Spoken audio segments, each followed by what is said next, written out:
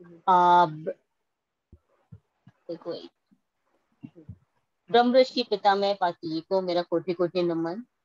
और महावतार बाबा जी को भी मेरा कोटि कोटि नमन। और हमारे ध्यान परिवार के सभी मास्टर्स को मेरा नमस्कार। और प्रज्ञा जी को मेरा प्रणाम। एज जैसे प्रज्ञा जी ने मेरे को कुछ बोलने के लिए, संक्षिप्त जर्नी के बारे में बताने के लिए बुलाया है, बहुत बहुत धन्यवाद प्रज्ञा जी का। तो वही मैं बताना चाह रही हूँ। जैसे हमें शरीर की शुद्धि के लिए स्नान बहुत जरूरी है, मन की शुद्धि के लिए हमें पूजा बहुत जरूरी है, वैसे ही मेरी समझ में आया, मेरी परिभाषा के अनुसार, कि आत्मा और मस्तिष्क की शुद्धि के लिए, मानी आपका ब्रेन की शुद्धि के लिए हमारा ध्यान बहुत जरूरी है। वो भी ध्यान में जुड़ने के बाद मेरी डेफिनेशन ये बनी।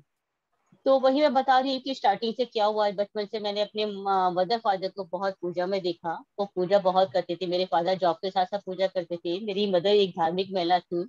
उनकी बहुत अर्ली एज में डेथ हो गई थी मेरी मैरिज के बाद। तो वो पूजा करती थी, प्लस जो भी कुछ खाती थी भगवान का भोग लगाती थी। बिना भोग लगाए कुछ नहीं खाती। इवन वो चाय भी पीती थी तो भोग लगा के पीती थी। हो सकता है उन्हीं का संस्कार मेरे जीवन में पड़ा हो। तो मैं भी पूजा पाठ बहुत करती थी। और फिर मेरी एजुकेशन कंप्लीट हुई। उस समय एजुकेशन के टाइम में मुझे बहुत ड्रीम्स आते थे, भगवान कुछ ना कुछ इंडिकेशन देते थे, लेकिन मेरी समझ में नहीं आता था। मैं उसको अपने जीवन से कनेक्ट नहीं कर पाती थी, क्या है क्या नहीं है उसका लॉजिक। उसके बाद शादी हो गई। शादी के बाद मेरी जो फैमिली है वो भी मुझे बहुत धार्मिक मिली।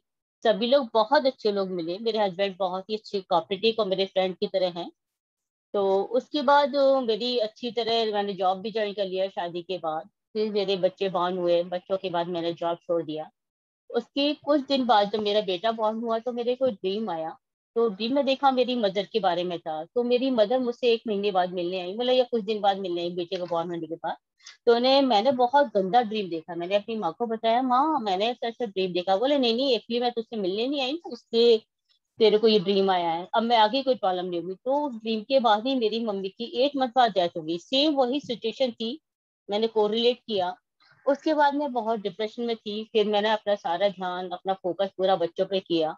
उनके साथ उठना बैठना, उनको पढ़ाना, उनको खाने में, खेलना मिलना, वाला टोटली मेरी दुनिया मेरे बच्चे हो गए। उसके बाद हम लोग पहले बुलंदशहर में थे। बुलंदशहर के बाद हम लोग ग्रेटर नोएडा में आए। बच्चों का यहाँ एडमिशन करा दिया। उसके बाद लाइफ चलती रही। और मेरे बच्चे अपना पढ़ते रहे। और इसी बीच मैं, मेरी फ्रेंड है नूतन, नूतन से मिली। तो उन्होंने मुझे शांति कुंज हरिद्वार वाला गायत्री परिवार से ऐड कराया। तो वहां भी मैंने पूजा वूजा की, हवन ववन किया। लेकिन मन में एक जो श्रद्धा विश्वास होता है, मतलब सबके लिए विश्वास होता है। तो उन्होंने कहा कि बाबा ऐसे से है। मैंने कहा भाई मैं अपने भगवान पर विश्वास करती हूँ। मैं तुम्हारे गुरुजी को मानूंगी तो नहीं, लेकिन हाँ तुम्हारे साथ जुड़ सकती हूँ। तो उनको मैं मन से जुड़ी। लेकिन वो चीज जो अंदर से जो फीलिंग आती है वो चीज नहीं थी। तो गुरुजी भी काफी बार मेरे ध्यान में मतलब आते थे, सपने में आते थे। फिर उन्होंने एक बार आके मुझे बताया कि प्रभा मैं शिव का अवतार हूँ। तो फिर मेरे को लगा कि मेरे को ना मैं गायत्री मंत्र का जाप भी करती थी, लेकिन उसके बाद से मेरी फीलिंग्स उनसे बहुत जुड़ गई। फिर धीमे धीमे मेरे बच्चे 12th करके, मेरी बेटी 12th करने के बाद यूएस चली गई। फिर मेरा बेटे ने 12th की, 12th कंप्लीट करने के बाद वो भी यूएस। उसके बाद मैं डिप्रेशन में जाने लगी। डिप्रेशन में जाने के बाद 5 साल तक मैं होम्योपैथिक मेडिसिन पर रही। और जब मेरे को नींद नहीं आती थी तो मैं मेडिसिन लेती थी, सोने के लिए भी। होम्योपैथिक मेडिसिन से फायदा नहीं तो एलोपैथिक पे जाती थी। फिर दिसंबर 2020 में मैं प्रज्ञा जी से मिली। मैं एक संस्था, नेही नीड संस्था है, उससे जुड़ी हुई हूँ। तो उसमें क्या है, गरीब बच्चों को लिए एजुकेशन, गरीब इन द सेंस मेरा है कि झोपड़ी झुग्गी वाले बच्चे जिनके पेरेंट्स अपने बच्चों को एजुकेशन नहीं दे सकते, उनको एजुकेशन देने के लिए हमारी एक संस्था है, उससे मैं जुड़ी। तो उसके संदर्भ में मैं प्रज्ञा जी से मिलने गई। जब मैं प्रज्ञा जी से मिली तो बोले प्रभा कोई ऐसा बच्चा होगा तो मैं तुम्हें बताऊंगी। लेकिन मैं तो बहुत अच्छी जगह जुड़ गई। मैंने कहा भाई कहाँ जुड़ गए, हमें भी बताइए आप।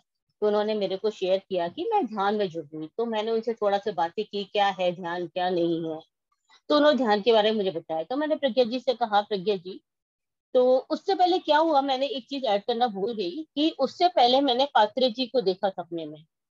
और उसकी भी स्टोरी ये है कि मैंने ड्रीम देखा, व्हाइट कुर्ता पजामा पहने है, एक पर्सन है, दाढ़ी है, व्हाइट हेयर है। तो जैसे मोदी जी का स्टाइल है, वही मैंने सोचा कि मोदी जी मेरे सपने में आए। फिर मैंने सोचा भाई मैंने स्टूडेंट लाइफ में पॉलिटिक्स में थी, अभी तो मैं पॉलिटिक्स में नहीं हूँ। तो मोदी से मिलने का तो मेरा कोई ड्रीम हो ही नहीं सकता इस समय, और मेरे ड्रीम में भी नहीं है वो। फिर जब मैं प्रज्ञा जी से मिली, मुझे JTP 3B में मेरे को ज्वाइन कराया, तब मैंने डीपी देखी प्रज्ञा जी की। तो उस डीपी में मैंने महर्षि पितामह पात्र जी को देखा। मैंने, अरे इसका मतलब मेरे को सपने में इंडिकेशन था कि मेरे को इनके साथ जाना है। फिर मैंने कोरिलेट किया उस चीज को। उसके बाद से मैं अपना, प्रज्ञा जी ने जैसे बताया ध्यान में, मैं सुबह उठती थी 8 बजे करीब, क्योंकि 1 बजे तक अपने बच्चों से बात करती हूँ, और उसके बाद मैं सोती थी। लेकिन सुबह उठना मेरे लिए पॉसिबल, देखिए जब मैं, मेरे को प्रज्ञा जी ने ग्रुप ज्वाइन कराया, मैं अपना 5 बजे उठने लगी, नहा धो के अपना 6 बजे बैठ जाती थी। उसके बाद मेरे को इतनी एनर्जी फील हुई, पूरे दिन मेरे को इतना कम टाइम सोने के बाद भी पूरी बॉडी एनर्जेटिक रहती थी। मैंने कहा ये तो चमत्कार हो गया मेरे साथ। इबिन मेरी हालत ये है कि मेरे बच्चों का फोन नहीं आता तो मैं रात को सो भी नहीं पाती। सच बात तो ये है, अभी तक मतलब जान में जुड़ने से पहले, मतलब मेरी बेटी का पहले फोन आता, जॉब मतलब जब उसका ऑफिस शुरू होता है उसमें, फिर जब उसको लंच टाइम होता है तब मुझसे कॉल करती। मेरा बेटा मेरे को सोने से पहले, मेरे 12 बजे से पहले कॉल करता है कि मेरी माँ को नींद नहीं आएगी। जब से मैं मेडिटेशन शुरू किया, मेरे को नहीं लगा कि मेरे बच्चे मुझसे बात करें। मेरे को लगता था यार ठीक है, बहुत टाइम हो गया बात करते करते, मैंने चलो बेटा मैं अपना काम करती हूँ। मतलब वो चीज जो मेरी प्रॉब्लम थी कि मैं बच्चों के बिना नहीं रह सकती, मेरी दुनिया है, बच्चों के जाने बाद फीलिंग जो आई कि मैं अपने बच्चों के बिना नहीं रह सकती। लेकिन ध्यान में जुड़ने के बाद ये सब चीजें मेरी चेंज होनी शुरू, तो मैं अपने मेंटल लेवल से बहुत स्ट्रांग हुई हूँ, फिजिकल लेवल से बहुत स्ट्रांग हुई हूँ। और मेरे जो थॉट्स, जो नेगेटिव थॉट्स आते थे, यार मेरे बच्चे बहुत वहाँ, उनको कोई प्रॉब्लम होती है, हेल्थ की प्रॉब्लम इशू तो रहते ही है, बच्चे जो बाहर रहते हैं छोटी मोटी इशू रहते हैं, बड़े इशू भी रहते हैं, तो मेंटली बहुत डिस्टर्ब होती थी। अभी भी बेटी के साथ कोई प्रॉब्लम हुई तो मेंटली मैं इतनी परेशान नहीं हुई जितना कि मैं पहले होती थी मेडिटेशन में जुड़ने से पहले। तो मेडिटेशन का तो मेरी लाइफ में बहुत बहुत इफेक्ट हुआ है, मतलब मेंटली स्ट्रांग हुई, फिजिकली स्ट्रांग हुई हूँ मैं। और मेरे इमोशनली बहुत वीक थी मैं, तो उसकी एक कहानी बताती हूँ। कहानी क्या, ट्रू स्टोरी है मेरी लाइफ की। मैं किसी की डेथ की सुन लेती थी तो मेरे को बहुत प्रॉब्लम होती थी, मैं इमोशनली बहुत वीक हूँ। तो मेरी सिस्टर जब बीमार होती थी तो मेरे को अंदर से इतनी प्रॉब्लम होती थी, मेडिसिन पर जाना पड़ता था। तो अभी 2 जनवरी 23 को मेरी सिस्टर की डेथ हो गई। तो उस समय मैं मेंटली इतनी स्ट्रांग हो गई मेडिटेशन की वजह से कि मेरे को मेडिटेशन मेडिटेशन लेनी ही नहीं पड़ी। इवन मेरे को 1-2 दिन तो प्रॉब्लम हुई, मैंने ली मेडिसिन, मैं ये नहीं कहती कि नहीं ली, लेकिन आज तक मतलब याद मुझे आती है उसकी, ये कि नहीं याद नहीं आती। लेकिन जो पहले मेरी हालत होती थी कि मैं, मुझे डॉक्टर को दिखाना पड़ेगा, मेंटली बहुत वीक फील करती थी, हमेशा ही मतलब डिप्रेस रहती थी, वो चीज मेरी प्रॉब्लम काफी हद तक सॉल्व हुई। तो ये मेरी जर्नी का पार्ट है। तो मेरी लाइफ में तो बहुत सपोर्टिंग है मेडिटेशन। पूजा भी मैं बहुत करती हूँ, ईश्वर का पूरा विश्वास है मेरे को। मेरे को लगता है ईश्वर ने ही मेरे को ये रास्ता दिखाया है, क्योंकि मैं बहुत ज्यादा भगवान पर विश्वास करती हूँ। तो मुझे लगता है कि उन्होंने ही, वही मेरे को रास्ता दिखाते थे कहाँ कैसे पूजा करनी है। मेरे सामने जब मैं पूजा करती थी उस समय आके बता, मतलब मेरी आंखों के सामने आता था कि मुझे हनुमान चालीसा पढ़ना है, या मेरे को सुंदरकांड पढ़ना है, या मेरे को पूजा में ये ऐड करना है। भगवान मुझे बताते थे, मैं आपको मतलब झूठ तो नहीं बोलूंगी ये चीजें, लेकिन रियल रियलाइज किया तो वैसे ही मैं अपनी पूजा बढ़ाती गई।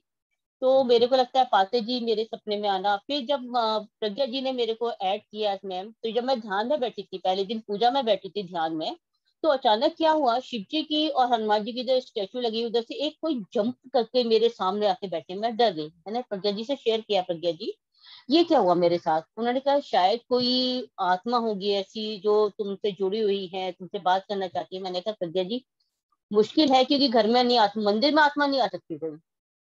तो फिर मैंने प्रज्ञा जी की डीपी देखी, महाअवतार बाबा जी को देखा, मैंने अरे महाअवतार बाबा जी मेरे सामने बैठे थे, मैं डर गई उनको देख के। तो प्रज्ञा जी से शेयर किया, अरे प्रज्ञा जी वो तो महाअवतार बाबा जी ही थे। तो मैं इतनी डर गई, अभी तक मेरे सपने में नहीं आए। तो मैं उनसे क्षमा भी मांगी कि महाअवतार बाबा जी मुझे माफ कर दीजिए, मैं आपको नहीं पहचान पाई, रूप तो एक ही है। सही बात तो ये है, भगवान किसी भी रूप में आ सकते हैं। महावतार बाबा जी के रूप में भी भगवान है, तो वो तो एक एनर्जी है, कैसे भी फील करो, सबका विश्वास अलग अलग है इस चीज के लिए। तो मेरे भगवान पर फेथ है एनर्जी के रूप में।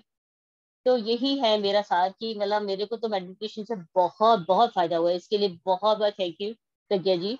और सभी मास्टर्स को मेरा बहुत बहुत धन्यवाद मेरे को सुनने के लिए। बस संक्षिप्त में मेरी यही है कि ड्रीम्स आते हैं जाते हैं, और इसी तरह मैं आगे बढ़ती रहूँ मेडिटेशन में, भगवान की कृपा से। धन्यवाद सभी का।